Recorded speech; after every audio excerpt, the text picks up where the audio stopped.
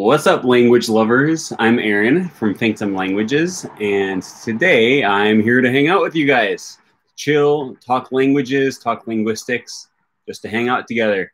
So the first thing I like to do when I start these live streams is ask everyone who's present, where are you from and what languages are you learning? Just because I like to get a sense of where my viewers are and what they're doing, and then we can start having a conversation together. So I don't have a whole lot of topics that I'm planning on talking about today. There's nothing that's really the main topic of this live stream other than just what comes up. I probably will talk about some things that have been going on, things in my mind, things that have been happening lately.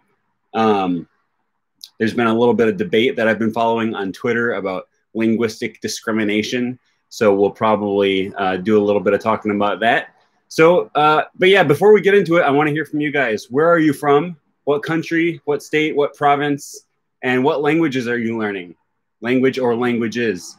And what's your native language? I'm interested in hearing from you guys. Steve Collins says, what do you think about other language YouTubers? And any you'd recommend? Steve is learning French. When will you be traveling again? All right, good questions. We can get to that in just a second. I'm more interested right now in hearing from everyone. So, you know, if you're here watching, let me know where you're from and what languages you're learning and your native language. All right, so Steve, anyways, getting to your question, what do you think about other language YouTubers? That's a pretty broad question. What do I think about them? It depends on the other language YouTuber. I get along with almost all of them. I have a lot of friends who are YouTubers in the same kind of niche as me, either language learning or linguistics. There's a lot of overlap between those two fields. They're very separate, but they also interface a lot. And I have a lot of good friends online. I love them. Some of my close friends who I talk to a lot are Kevin Abroad, John Siebolt, Ophelia Vert, Dakota from Language Learning Lounge. There's some of the ones that I talk to a little bit more. Just had a live conversation, not live, but an interview, video interview with Steve Kaufman about a month ago. A few language YouTubers in the Esperanto community, Tommaso from Esperanto Variety Show, Alex from Hello Alex. It's not Hello. It used to be Hello Alex Miller. Now it's Learning Esperanto or something like that. Esperanto. I think it's maybe Learning Esperanto or something like that. Anyways, yeah, I have a lot of very close friends who. A few of whom I've met in person, but mostly I've just been getting to know these people online for the last few years. Yeah, so that's that. Those are some of my recommendations if you're looking for other language YouTubers. Billo says, when will you be traveling again? What do you mean, traveling abroad? I don't know. I am hoping to move to Canada next year, to Quebec, specifically Montreal, because I would like to continue studying linguistics. I have a bachelor's degree in linguistics. I'd like to get a master's degree. And my first choice of school would be McGill University, which is a really prestigious school. So, it's not... I won't take it for granted that I'm going to get accepted there, but their program pretty closely aligns with what I want to do. I want to do research, empirical research, that also, looks at theoretical implications in linguistics. Specifically, what I want to study is second language acquisition, SLA. But there's different approaches people take. Some people take more of an applied linguistics approach, which doesn't study, it's not as theoretical. You're studying like the best approaches for teaching a language and stuff like that. I'm more interested in more theoretical side empirical. It has more to do with like psychology, the way that languages actually work, and then how that affects people's interlanguage, how people acquire certain aspects of phonology or morphology or syntax. Yeah, so that's what I'm more interested in. So anyways, that's a long way to segue into what you just asked, which is hopefully next year. Hopefully I'll be moving again next year. All right, Sirat says, I'm from Boston learning Spanish. Awesome, thanks for joining. Glad to have you here. Billo says, how important do you think tracking progress is? And do you have any suggestions about how to do it? Salut, Forever Learning French. Thanks for joining. And Peggy and Rohan, I'll get to your questions here in a second.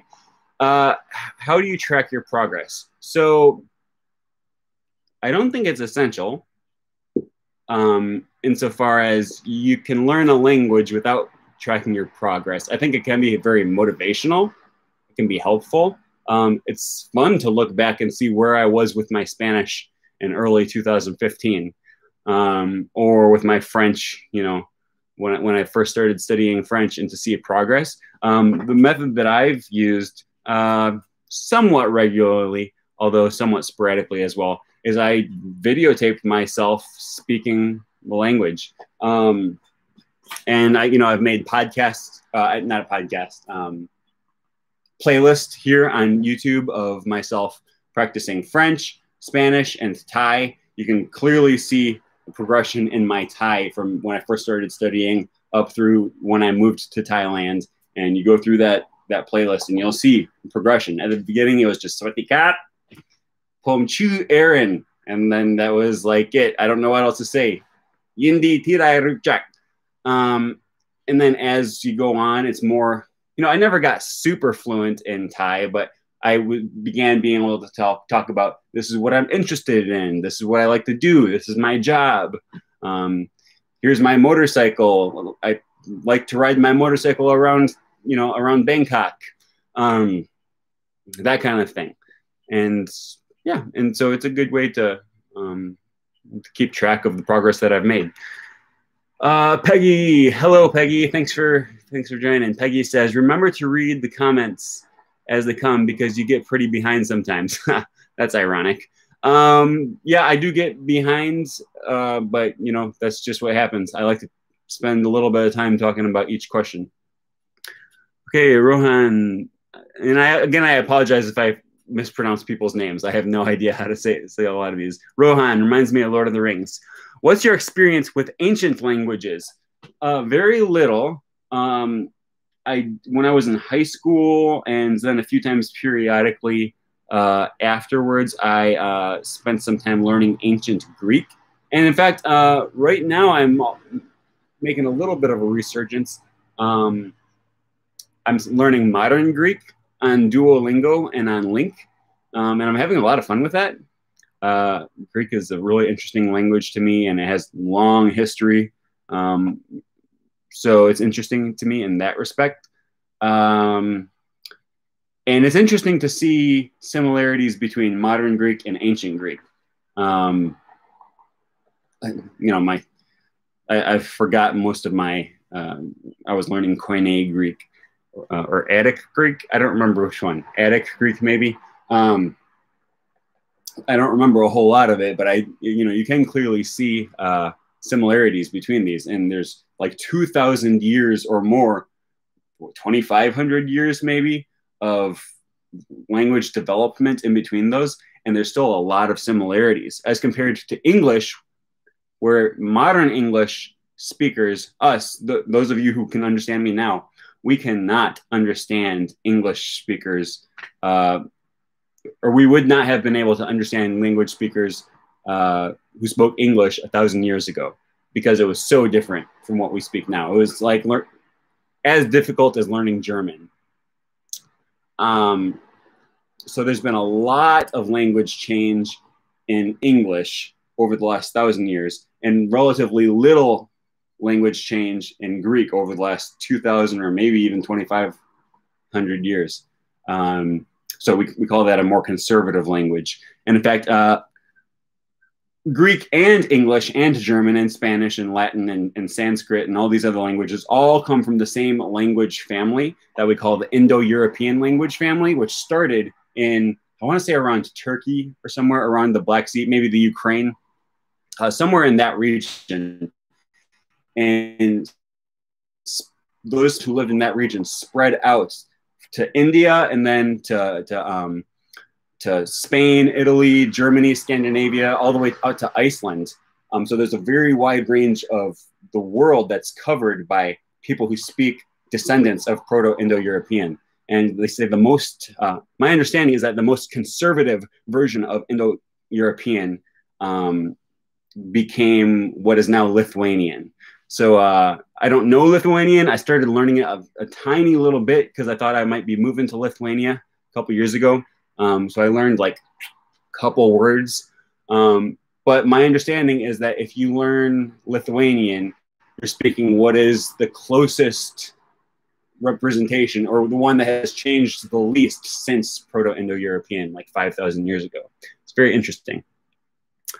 All right. Forever Learning French says, Salut, Aaron.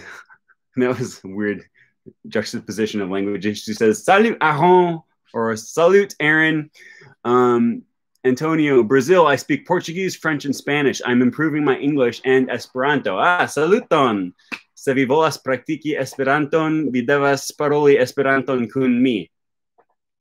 Peggy Trotman says, what would be a structured plan to learn Spanish? What would you tackle in order, etc.? Verbs, vocab, etc. I would not tackle. I've gone through different mindsets with this. I wouldn't put a whole lot of emphasis on tackling anything in any order. I kind of agree with the Steve Kaufman approach, where you just let all those things come to you and you acquire them rather than studying grammar. If I was going to tell you any order in which to study things, I would say start learning vocabulary. That's going to be your most important thing. Lots of vocabulary words, especially at the very beginning, lots of verbs. Verbs are going to be most important. And then nouns. Then once you have a bunch of verbs and nouns, let things just come. As you engage in conversation, look things up. As you read, use Link or Duolingo, the rest of the stuff will just come. Another thing that is a priority that you should start with early on is learning vocabulary words that are relevant to you, right? You're not going to need to know the Duolingo phrases like, Mary's pineapple just ate 9 children, okay? What you need to say is, in my case, my name is Aaron. I studied linguistics.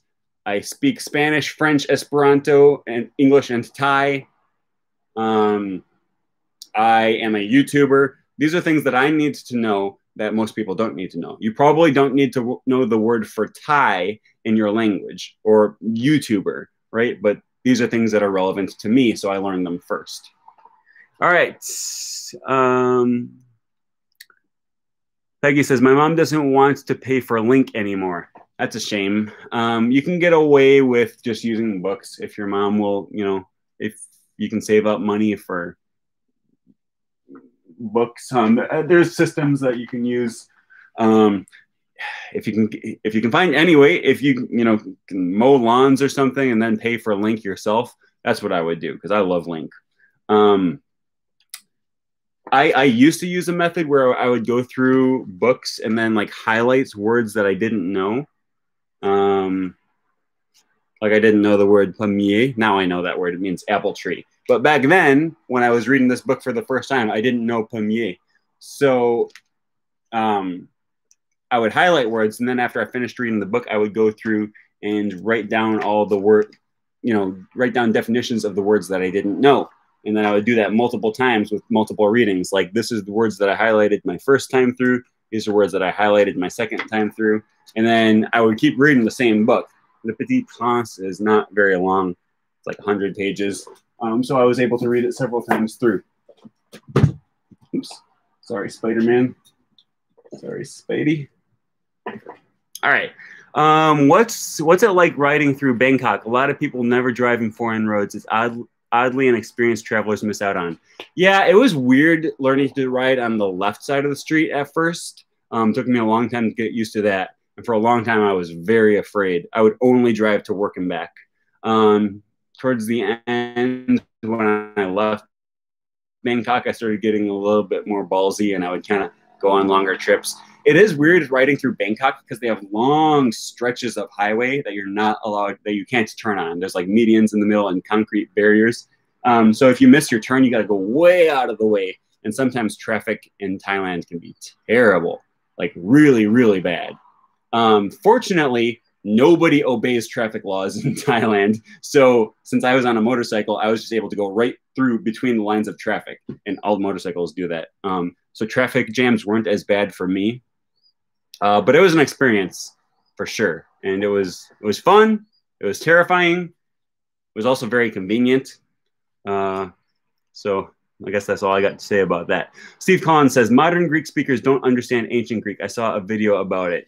Yeah, I can't talk too much about it. I have heard that modern Greek speakers are able to understand ancient Greek depending on how far, like what, there's multiple forms of ancient Greek, right? Like it's a continuum, it's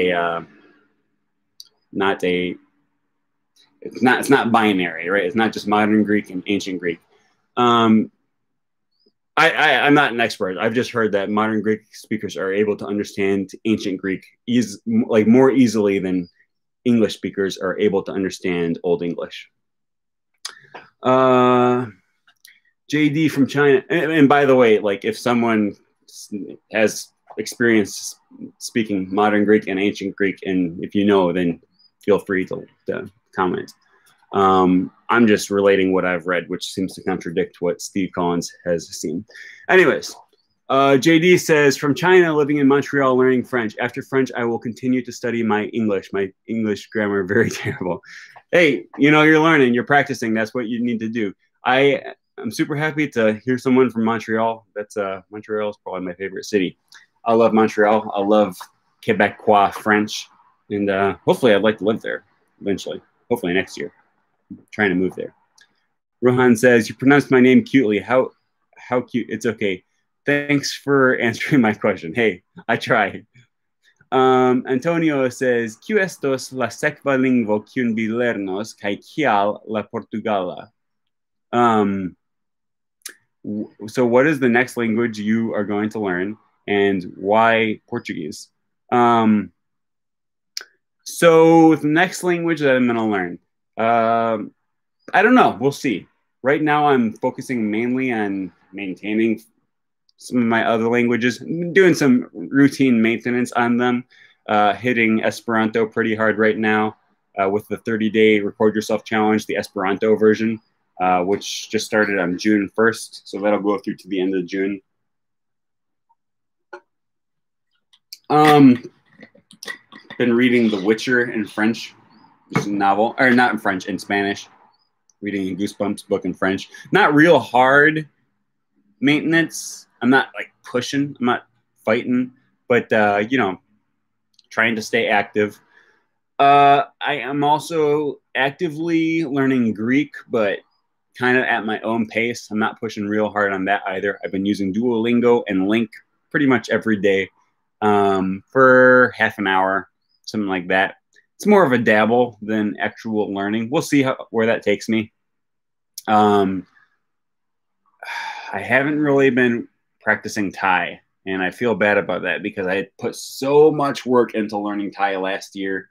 It feels like I don't want to just let it go. So I've also been thinking about doing like a once a week italki conversation with a Thai tutor, just to keep it kind of fresh. I've also been wanting to go to this Thai restaurant in my city, where it's actual, you know, Thai people who moved here from Thailand, and they speak Thai to each other in the restaurant. So I've been trying to. I've gone once. I want to start making a habit of going and speaking Thai to, you know, ordering my food in Thai and stuff like that, just to give me something, because it's such a shame to spend so much time learning a language and then let it all fall out, you know.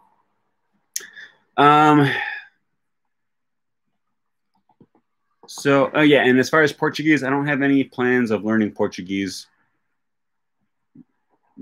as of now. I did study Portuguese a little bit before I went to Portugal 2 years ago. And, you know, it's similar enough to Spanish that it wasn't, you know, it was fun. It wasn't terribly difficult. I did a lot more of speaking Spanish with a Portuguese accent than actually speaking Portuguese, but, you know, it was fun. Okay. Peggy says, is Spanish really that easy? I've been learning for a very long time on and off. I wish it was easier. It's a language. That's all I can tell you. Languages are tough. Stick with it. Find the method that works for you. Do a lot of reading. Don't spend too much time studying grammar. Like if you've been studying just in class, that, you know, that ain't going to cut it. Just doing your homework and doing your little verb trees and your conjugations and your drills, that's not going to teach you the language. You got to speak it. You got to hear it. You got to listen. You got to have conversations with people. You got to do reading. Make it a part of your life. Have you watched the movie Limitless? Yes. Yes, I have. All right. Steve Collins says, you mean to study during 2021 academic year or the one after? I'm hoping to go to Montreal in 2021. It's too late to apply for this upcoming year. And they only allow you to apply during the fall semester. William, hello. William says, what's the best way to improve your speaking for people that don't have money to pay a teacher? Yeah, so finding someone that you can talk with is going to be your best route. If you don't have money to pay someone to talk with you, you can use free apps like Tandem or Hello Talk, or even like find a language partner on Reddit or something. You don't have to pay. What you have to do is say, I'll spend half an hour practicing my native language with you, which you're trying to learn, and you spend half an hour speaking your native language with me, which I'm trying to learn. It's depending on what language you speak. Sometimes that's easier said than done. For example, when I was learning Thai, I went on Hello Talk, and I was bombarded by 1,000 people trying to learn English. And there's relatively few people learning Thai who speak English, comparatively speaking. So if you speak Thai, it might be tough trying to find someone who will take the time to practice English with you. You can keep pushing and waiting and looking for someone, send people messages and stuff.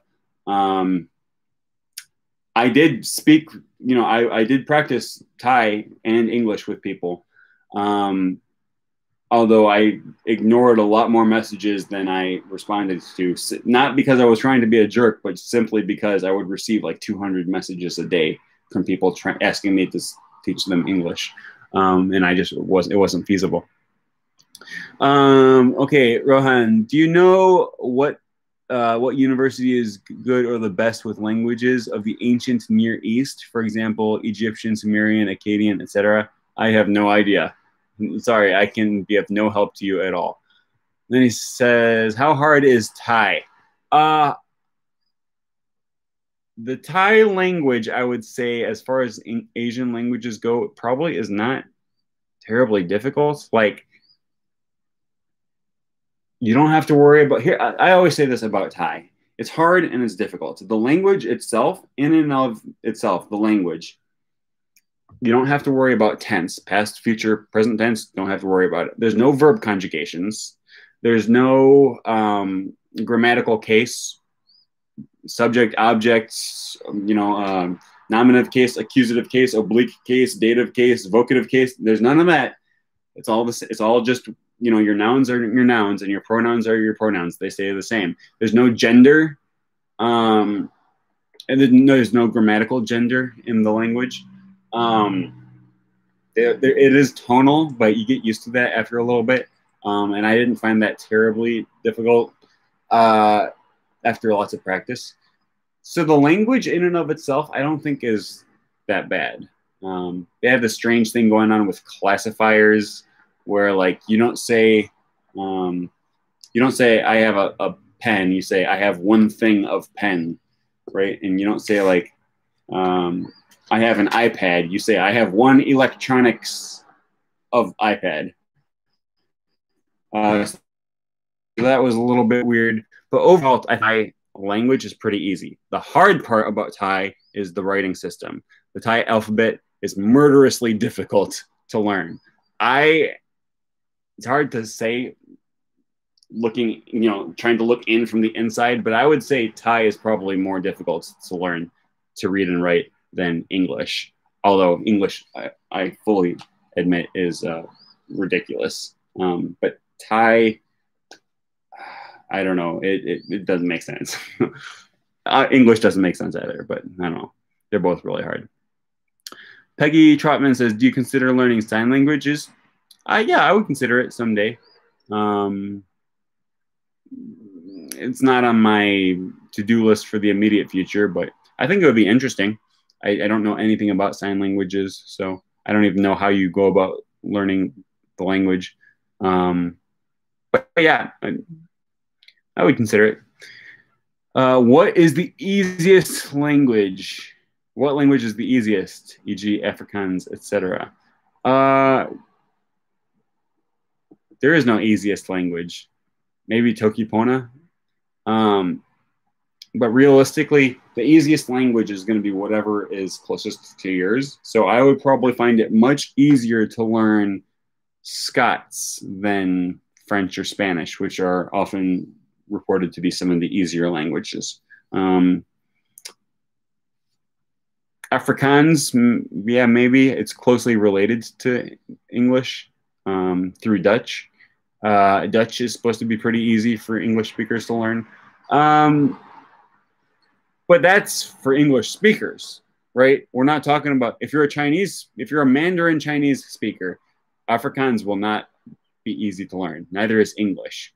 Maybe Cantonese might be easier to learn, right? If you're a Portuguese speaker, then Spanish will probably be the easiest language to learn. If you speak Japanese, then maybe Korean, right?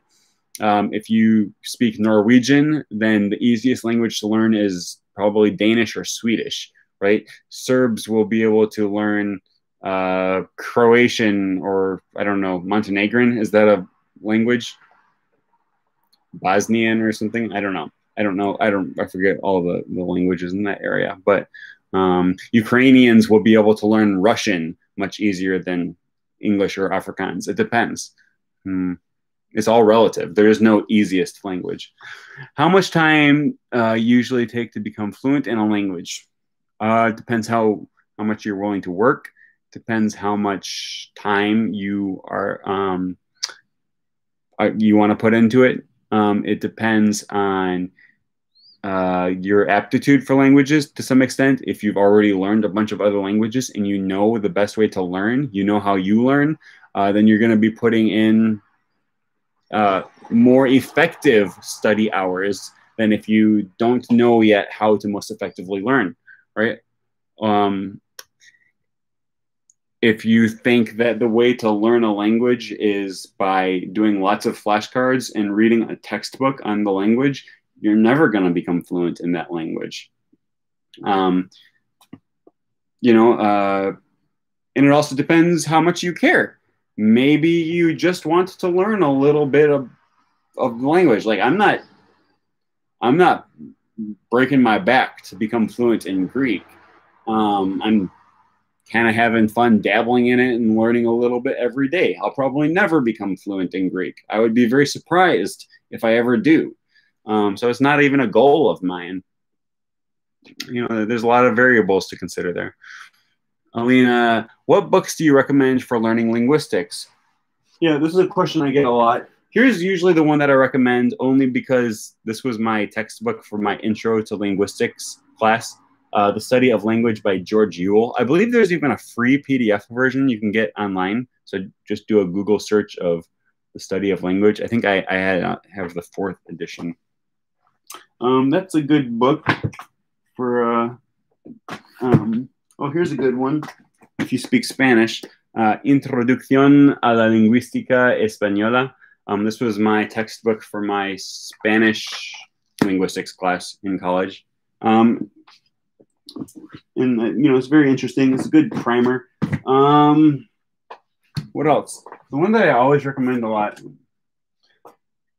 my wife was doing classes online. The one that I recommend a lot, I don't have it up here, do I? It's called The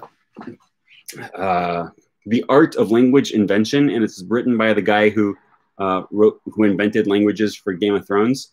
And he goes into all the detail about the linguistics that that he put into creating Dothraki and High Valyrian.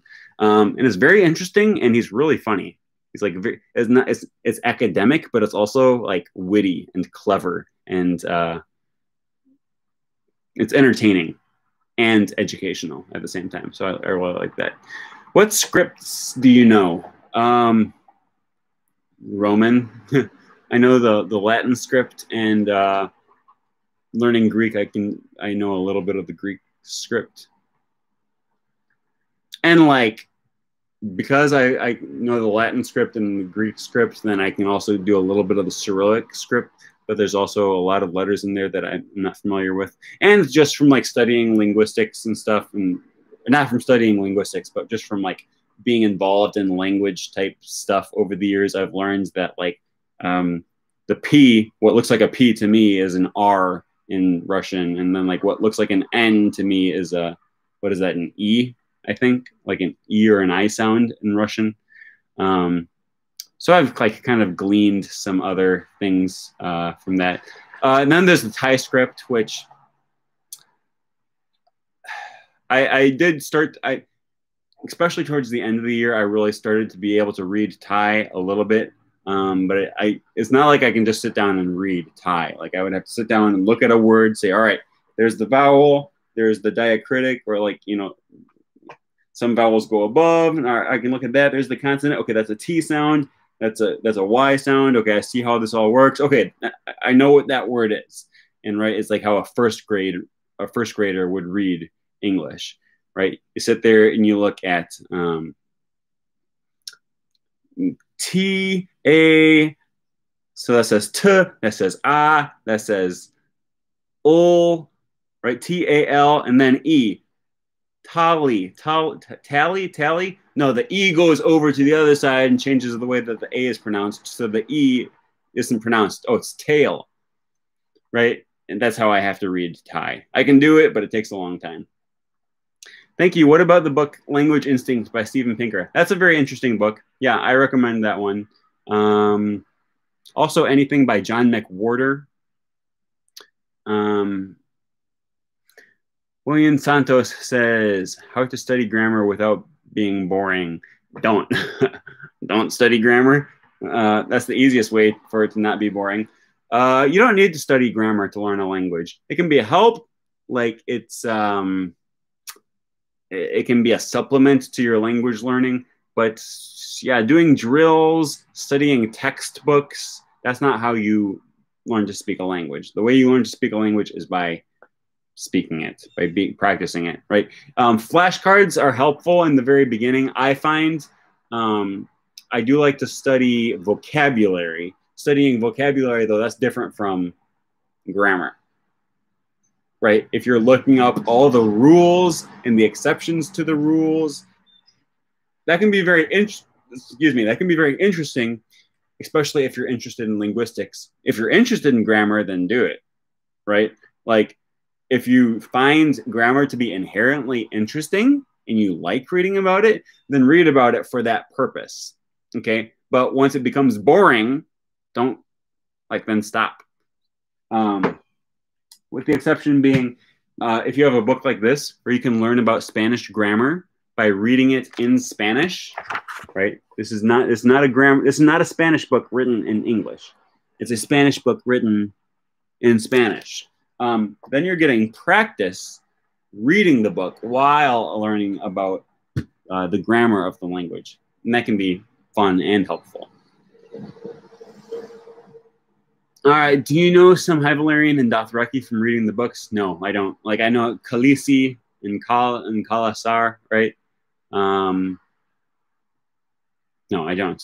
They do have, I believe they have Dothraki, either Dothraki or Hybelarian on Duolingo. I've never tried it, but it sounds interesting. All right, how many hours of practice study do you do a week, month, etc.? Depends. When I was in Thailand, I was studying for like an hour a day. I would often do half-hour sessions with Thai tutors on italki, and then I would do drops or memorize or Anki for like 10, 20 minutes a day, and I would try to do, there's no link in Thai, but I would do, let me see if I have any of my books up here. I would get like Thai children books.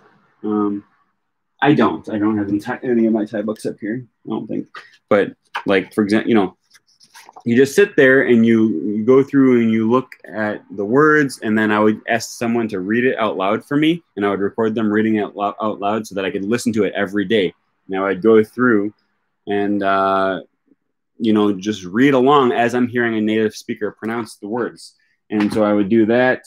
Yeah, I would study for like an hour a day on average. And I would also try to find people to hang out with, like take people out to eat. Thai food was really cheap. And I'd go hang out with people at a restaurant and try to speak as much Thai as I could. I'd go get massages for 200 baht. That's like $6 for an hour. And you talk to the massage person, find ways to practice with them. Read signs as I'm in the elevator or as I'm, you know, driving a motorcycle through town, you know, see signs and try to read them. Read the labels of things. Nowadays, I spend maybe half an hour a day. I probably spend about 20 minutes on Greek, 20, 30 minutes on Greek. And then, you know, I'll read something in Spanish or listen to a podcast. It's not like an everyday thing, though. I read Spanish pretty much every day. Sometimes I'll listen to a podcast or something like that, but it's a lot less rigid. Once I decide my next language that I'm going to hit and start studying, then I'll probably devote an hour or maybe 2 hours a day again. Okay, why didn't you count Thai among the scripts that you know? Is it not a script? I'm always confused when people say this language doesn't have an alphabet. Yeah, I think I did. And maybe you didn't hear that part, or I don't remember. I don't remember exactly what I said. Maybe I didn't list it. But the Thai script is one of the scripts that I know. I don't know it perfectly because there's so many letters that almost never get used. So I wouldn't say I've mastered the Thai script by any means, but I can read most of the Thai letters. Yeah, so it is among one of those scripts that I am at least decent in. I'm always confused when they say a language doesn't have an alphabet. This language, the Thai language does have an alphabet. It is an alphabet. Some languages like, I believe Arabic don't have an alphabet. They have what's called a syllabary or something like that. I don't remember the exact word. But instead of individual sound, like characters representing sounds, they represent syllables, I believe. And in some languages don't have an alphabet. Chinese Mandarin does not have an alphabet, right? It has logographs or symbols that represent words, not sounds. So that's different. All right, when you read a book, you don't write down every single word you don't know. No, I do not. There's no way. That would take forever. I don't even look up most of the words I know, right? If I see a word I don't know, if I'm reading a paper book like this, sorry, Spider-Man. If I'm reading a paper book like this, I do not stop and look up words. The most I'll do is highlight it so I can come back and look later, right? If you're using Link, by the way, if anyone is interested in a subscription to Link, you can get it. I can give you a 35% discount if you use the URL that I have. So if you're interested in that, just let me know. and then I get like a little bit of a commission too. Oh, hey, John. Thanks for joining. Sorry if you're late to the party. Anyways, link helps a lot because you don't have to stop and look up a word in the dictionary. When you run into a word that you don't know, you just click on it and then it'll tell you, or at least give you definitions that other people have left. So that's very useful, and it's a good combination between extensive reading and intensive reading, because you can still study, you can still learn new words that way, but it doesn't take a whole lot away from reading. Like, it doesn't interrupt your flow of reading that much, which is why I like it. All right. Okay. Have you gotten the Google Chrome extension that lets you watch YouTube videos with double subtitles? No, I haven't. I am in talks with someone who has a language. I don't know if it's a Chrome extension that helps you learn languages through the subtitles on Netflix. All right, Steve Collins. Yes, the Thai doesn't have an alphabet because the script is technically in Abugida. Yeah, I don't remember what the distinction is there. I can't talk too much about that.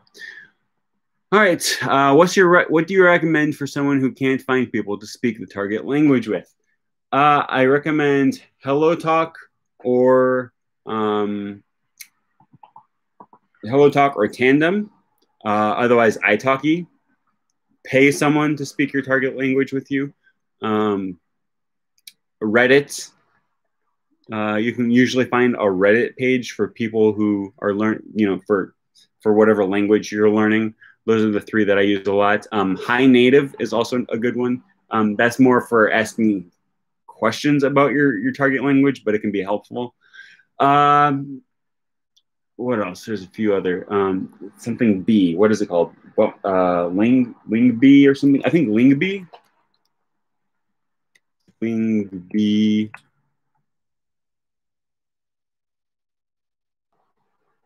Yeah, I think Lingbee allows you to make phone calls with people who don't speak the language. There's apps and stuff. Otherwise, you can go to meetings. Mundo Lingo if you live in New York, Toronto, Montreal, Bangkok, I think Shanghai, Los Angeles, maybe. There's a bunch of like different big cities that have Mundo Lingo, or you can go to a meetup. Download Meetup, the app, and look for language meetups for people who want to practice the language that you're learning. And if not, find a digital one. Yeah, there's a lot of resources online if you don't have anyone to speak with in person.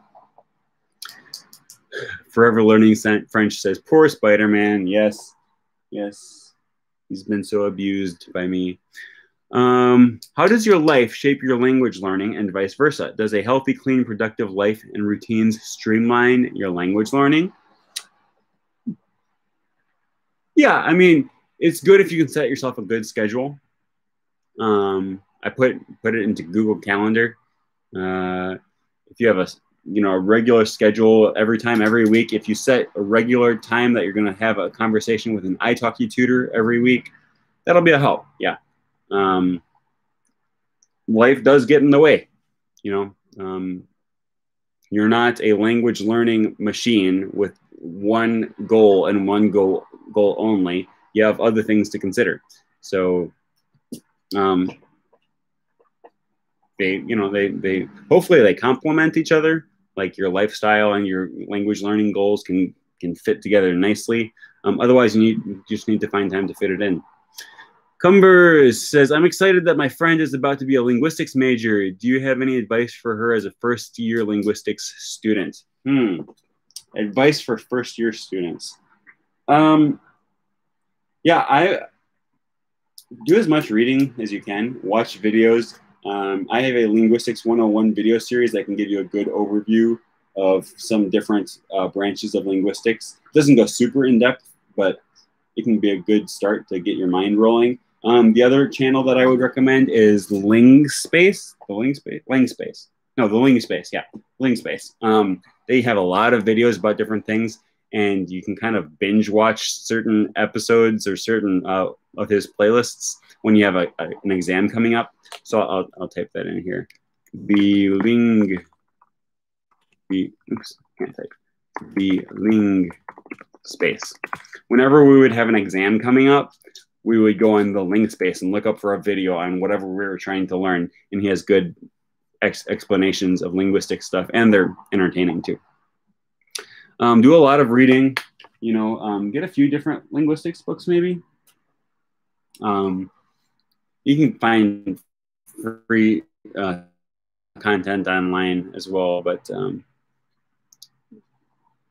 yeah, I don't know. Go to events like linguistics programs at your college will probably have events like the Syntax Reading Club, or you know, something like that, or the sociolinguistics discussion events after, you know, I don't know. My school had some things like that, and they were fun. It's fun to go to.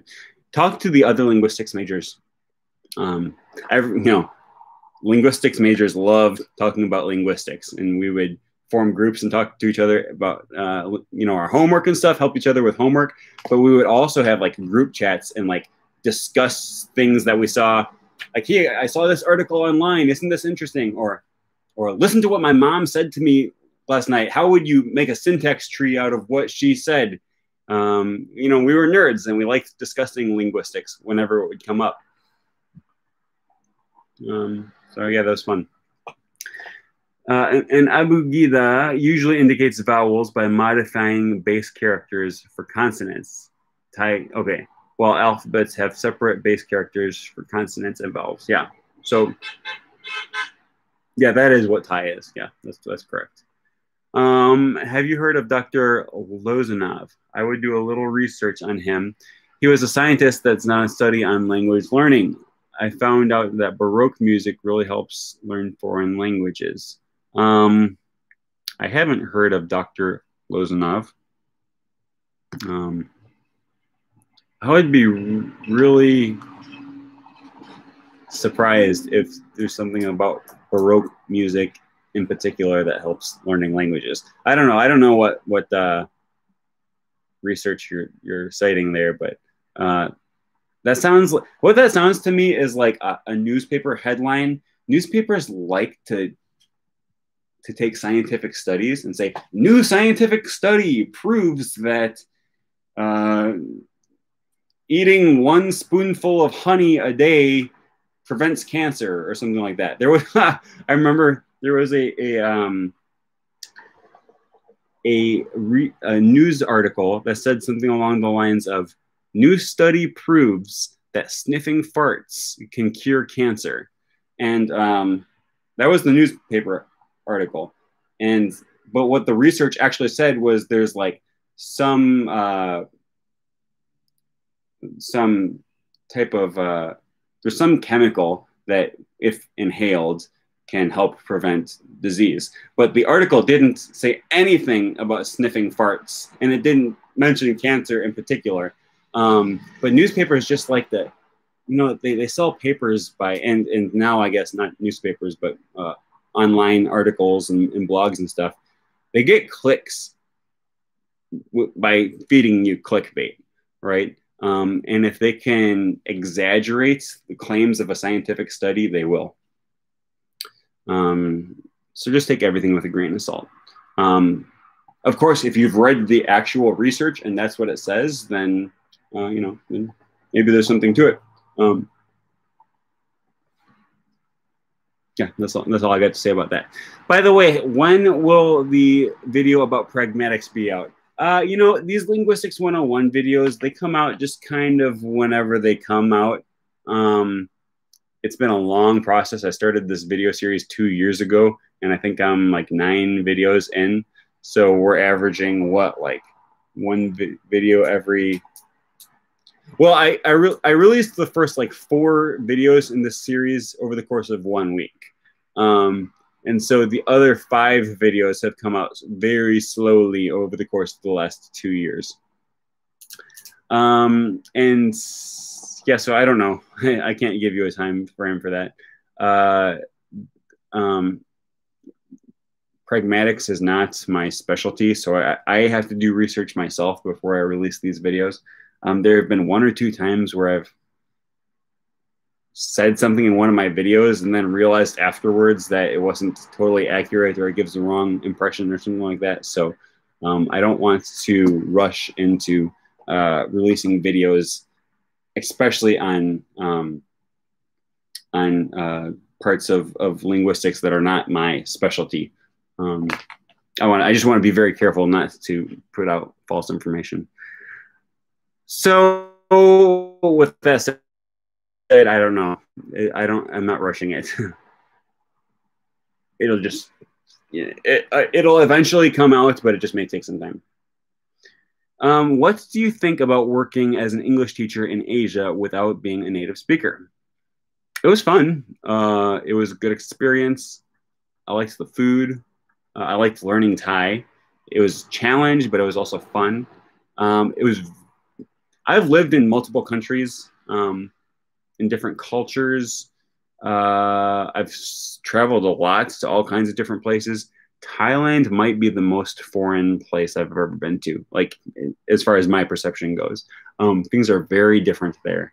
Way more different than like moving to El Salvador was kind of a cultural, I wouldn't say a culture shock because I had already been to a lot of Spanish speaking countries, but a cultural, like, it was different. We'll just say that. It was different from living in America. But it was not as different as living in Thailand. That was weird. Like, you know, I don't know. It was interesting. I learned a lot. Got to see things from different perspectives. I learned a lot about Buddhism and, like, you know, I had never really studied Buddhism or didn't really know anything about it. And I learned a lot about their way of life over there. I feel like it's a much more conservative country than America. And, you know, there's traditions that you don't question. And there's like power structures that you don't talk about. Like the king there is basically God. You do not talk bad about the king. And if you see the king, then you get yourself down on the ground and you bow before him, like prostrate on the ground. Every time you go to a movie theater, before you watch the movie, you have to stand up and sing, take off your hat and sing the national anthem. It's not the national anthem, it's the anthem to the king. And they put images of the king on the movie screen before the movie starts. In my classroom, I had to have a picture of the king, and nothing was allowed to be higher than it on the wall. Like, I can't put decorations higher than the picture of the king. If you drop a coin on the ground, you're not allowed to step on the coin because the coin has a picture of the king on it. Just a very different thing that I'm used to, right? Like, I've been to countries with kings, Spain, Netherlands, United Kingdom, Canada. Canada has the picture of the Queen on their money, but the view of the monarchy in Canada is very different than in Thailand, even for those who support the monarchy, right? It's just not the same. But it was interesting, like interesting things to learn.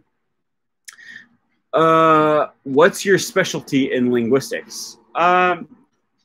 So, I mean, when I was studying, I didn't really have a specialty. When I'm going into, what I want to go into is second language acquisition, specifically like empirical and theoretical research on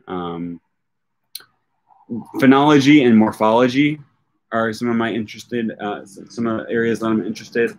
Syntax I'm interested in. But like, yes, doing studies on just the way second language learners acquire new structures, the way they acquire different aspects of their target language, and how their interlanguage, what we call it an interlanguage, how it evolves. So you have your target language that you're learning and your native language that you speak natively. And then your interlanguage is like how you speak the language that you're trying to learn. And ideally, your interlanguage moves closer and closer and closer to the language that you're trying to speak. But it is a system in and of itself that can be described linguistically. I watched Arrival because you recommended it. I loved it. Do you recommend any other movies that have to do with linguistics? I can't really think of any other movies. There's My Fair Lady, but that doesn't really have to do with linguistics. I think he's a linguist, but he's not a very good linguist. He's a very prescriptivist linguist in My Fair Lady. Yeah, Arrival is a great movie. I thought it was really interesting. It's the only movie where a linguist gets called upon to save the world, as far as I know. It was wrong. It relied on a what they call it the Sapir-Whorf hypothesis, which says that the language you speak changes the way that you perceive the world. And this hypothesis has been largely debunked. Like other than the absolute weakest form of the argument, all the strong forms of this argument are false. You know, they've been proven to be false. And this movie relies heavily on the Sapir-Whorf hypothesis. But it's still interesting, still a good movie. You know, it's fiction. As long as you see it as fiction, it's an interesting movie. Do you have any tips to keep passion to learn linguistics? I am learning linguistics now, but my teachers just taught the definitions, examples. These seem to have such a strong link to my life. You know, if you're interested in linguistics, you'll be interested in it. I don't think you have to keep pushing yourself to stay interested in it if you lose interest. You know, stay active and, you know, have conversations with people about stuff, watch YouTube videos and stuff like that. If that keeps sparking your interest, then good. I don't feel like you need, you know, depending on what you want to do in life, if you start to lose interest in it, then hopefully you're getting interested in other things. And I think that's fine too. I'm not a snob when it comes to languages or linguistics. People always ask me, should I learn another language? And most language learners on YouTube or on Twitter, they're like, yes, you need to learn other languages. And I'm like, if that's what you want to do, if you'd rather learn to play the drums, then learn to play the drums instead. Like if that's going to be more fulfilling to your life. I'm not here to tell you what to do. I can help you if learning languages is what you decide you want to do, then awesome. Like we can have conversations and I will love discussing this topic with you.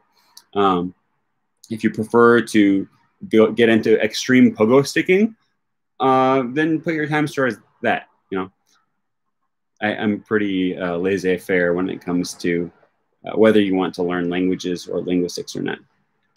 Hi, do you speak another language? Yes, more or less. I speak about 5 languages.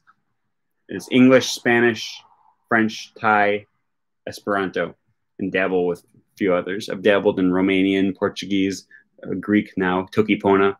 I love languages. Do you know K-pop? I know what K-pop is. I don't know what's that? Stan Lupa or something? I don't know what that. No, I don't know what that is. I spend the majority of my language learning time reading. What benefits would I get from introducing writing into my schedule? Reading is an excellent way to learn, even if you do just reading. What benefits would you get? Well, you would learn to write. Do you want to write? Like, what are you learning your language for? If you are going to spend a lot of time messaging people in your target language, then that sounds like a pretty good reason to learn to write. You know, writing is it's only as useful as it will be for your situations. So, you know, I think it's totally fine. It's 100% acceptable if you only want to speak the language and you have no use for writing it. Then why waste your time with that? In my opinion. Not Mason says, hey, Finkdom, what do you believe is the easiest language to learn if you only know English? Easiest language to learn. There's a few schools of thought. French has the highest number of words that are spelt the same. Spanish is pretty easy. It only has 5 vowel sounds. English only has 5 written vowels, but many vowel sounds, and French does too. Spanish only has 5 vowel sounds, which makes things a lot easier. The verbs in Spanish get a little bit crazy. Dutch is pretty close to English genetically, like it diverged from English not too long ago. Frisian, I guess, is also maybe a dialect of Dutch or something. That's supposed to be pretty easy. Afrikaans, I hear, is easy for English speakers. Esperanto is a constructed language, which now has millions of people and even native speakers, and it was designed to be easy. It was designed to be as easy as possible to learn. You only have to learn half the vocabulary words because of the way that the affixes work in Esperanto. And there's no grammar exceptions. It's extremely easy. You don't have to memorize a whole lot to learn Esperanto. Toki Pona is an extremely easy language to learn because you only have to learn 120-ish vocabulary words. So there's some good good options for you. German is also supposed to be pretty easy for English speakers. All right, do you think that it's possible to get to B1 without a teacher by myself? Yes, yes it is. You do not need a teacher to become fluent in a language. I just want to throw that out there right now. You can become C2 without ever hiring a teacher or without ever studying in a class. Yeah, that's a no-brainer. Alina says, hi, I'm learning German. Any advice? The grammar and syntax is kind of a struggle. Yeah, I can't give you too much advice with German because I don't have a whole lot of experience with it. You can go back and watch my, I did a 12-hour-long live stream of myself learning German from scratch. Didn't know any German at the time. Spent 12 hours studying it all live. You can watch the whole thing on YouTube to see what I did. Yeah, I know the case system, die, das, die, I don't know. I don't remember. I know the case system in German is pretty complex, like the accusative and the nominative and the, I don't know what they have, the vocative and the dative case and all these different cases. And then how that interfaces with gender can be complicated. Don't spend too much time studying the charts and the grammar itself. Spend more time memorizing phrases and having conversations, and that stuff will start to make more sense. And then once you have some experience with all that, you can go back and look at the grammar charts and they will make a lot more sense. And then it'll click and you'll say, oh, I see, I understand now. I understand these charts and how they work because I have experience with the language and I have memorized phrases that use these grammar concepts. That's what I would recommend, even though I can't say too much about German in particular because I don't speak German. What do you think about educated people sticking to their local or ancestral accents, such as AAVE? I find it odd when people reject talking in a more standard way. So, I mean, there's no reason that one dialect should be more standard than another, other than that we've just chosen this is the standard dialect and this is the non-standard one, right? There's nothing about AAVE that makes it in any way inferior to standard English. Most people who speak AAVE also can speak standard English when they need to. You know, I don't want to discriminate against anyone based off of their dialect or what version of the language they speak. I find that reprehensible. But you know, I think there are advantages to being able to speak whatever the standard is, just, you know, for your own personal benefit, right? Like, the unfortunate reality of the world that we live in is, you know, if you go to a job interview and you speak a non-standard dialect, you're probably not as likely to get in, and that's a shame. But yeah, a lot of times we see people who speak the standard dialect, we see them as more educated or more eloquent or more articulate. when linguistically speaking, that's not actually the case, but that's, our perception a lot of times. So, but I support whatever language you like, whatever dialect you want to learn, whether you, and a lot of people can speak more than one dialect, and they kind of code switch between them, or they can choose one dialect depending on the register that they're trying to use or the situation that they're in.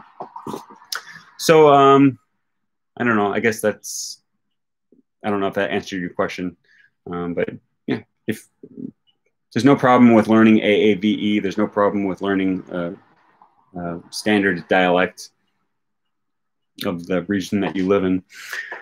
John Seabolt says, the only thing I'd say about writing is this: it really helps words stick for me. Making the connection from writing it and having to use more brain power has helped some. Yeah, I mean, I think there's a connection between input and output, and they can complement each other pretty well. Can you speak Korean? No, I can't. Do you make live each Friday? Yes, I do a live stream. I try to do a live stream every Friday. Yes. All right, Mike Johnson says, being born in a family where 2 languages are spoken is a great advantage for a future linguist. Was it your case? No. I didn't speak any other language till I was 25 years old. I took like 6 years of Spanish in college and in high school and in middle school and high school and college. And I couldn't really speak it until I learned better ways of learning language. So no, I didn't start off with any advantage as far as being bilingual. Rasmus, hi Rasmus. Thanks for joining. Steve says, thanks for your answer about accents and dialects. Yeah, my pleasure. I can offer my opinions. That's all I can offer. The live stream is Friday every time at this time. Yes, I try to do it every time, 10:30 Central Standard Time. I don't know what time it is for you. I don't know why my nose gets super itchy every time I do a live stream. If it looks like I'm touching my nose, I don't know if it's because I get nervous and then my nose gets itchy or something, but I feel like I touch my nose so much during these live streams. Which variety of Spanish do you speak? Good question. I started learning Spanish in El Salvador, and I learned a lot of like Salvadoran slang, caliche words. I also spent a lot of time in Spain, and I started using vosotros and that acento castellano, how you pronounce your C's in Spain. And I also had a lot of Spanish, like European Spanish professors in college. So, it's a mix. I speak a bastard Spanish. Do you like italki? How many times in a week do you think it's good for speaking? I love italki. I used to do it twice a week in Thai, and that's when I lived in Thailand. I was surrounded by Thai and Thai speakers, and I would order my food in Thai, and I would tell the taxi drivers where to go using Thai, and I would still pay for 2 lessons a week. 2, not lessons, but conversations a week on italki. I think it's very useful. If you can do italki every day for half an hour, I would do it. If it fits your schedule and your budget. Yeah, I think italki is great. Two Guns Boxing says, I have a few friends who work for a French company. They say all the French people in the company speak English. I'm learning French anyways. What do you think I will gain by being able to speak French? Well, you'll gain a lot of things. For one thing, it's just interesting. You'll learn more about another culture, and you'll learn more about how language works. You'll learn more about how English works as you learn another language. You'll be able to speak your own language with more understanding of the processes that go into it.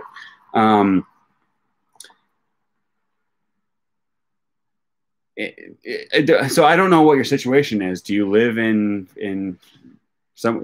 Will you travel to France? Will you travel to Canada or Quebec, or Haiti or somewhere where where French might be useful? Not everyone in France speaks English. I can guarantee you that. Most people do. If you go to Paris, you'll run. you'll probably be able to speak English to people in the shops and cafes and stuff, or at least be able to point to the menu that you want. So you might not need to speak English to them. You might not need to speak French to them, but it's an interesting experience. You'll learn more about yourself. With French, you're not as likely to run into French speakers in America. But it's also fun, right? Like it's something that you can do. It's an enjoyable experience, right? Like if you play Call of Duty for an hour a day or 2 hours a day, I wouldn't judge you for that, because it's something fun to do. You know, you're spending your time doing something you enjoy. And I find Link and Duolingo to be enjoyable, and having conversations with people in a foreign language, I find it to be very enjoyable. And even if they do speak English, I enjoy getting to practice my French with them, right? Muhammad Rahim says, hi, thanks, greetings from Algeria. Hello, thanks for joining. Do you set targets for how many new words to learn a week or a day? If so, how many? I don't normally set targets, like maybe towards the beginning. You know, if I'm using drops or Anki or Memorize or something like that, then yeah, you can set a target of like learning 15 new words a day. But I don't worry too much about that. You'll learn new words. New words will come, right? And especially if you're doing a lot of reading and a lot of listening, you'll start to get exposure to them, and then they'll just come. You'll acquire them naturally. You don't need to worry about, it's like, well, did I meet my quota of new words today? There's some use for that at the beginning, but don't stress out too much about how many words you're learning. Yasmin says, what's up, guys? I'm new to this channel and it has already been very useful. Awesome. I'm always happy to hear when my channel is helpful to people. So thanks for commenting. Don't be a stranger. I mean, you know, I love hearing back from my viewers and subscribers. And that's how I know what to talk about, right? Like, I could just come on here and rant about things that are on my mind, but I prefer to interact with my viewers. So thanks for commenting. Steve Collins says, French has a great culture, so you can learn about their food, music, movies, etc. Two Guns Boxing says, I will be working in their UK office, which is still prominently run by French native speakers. He says, okay, I'll stick with it. Thanks. I am an intermediate English learner. I really English besides to study Korean.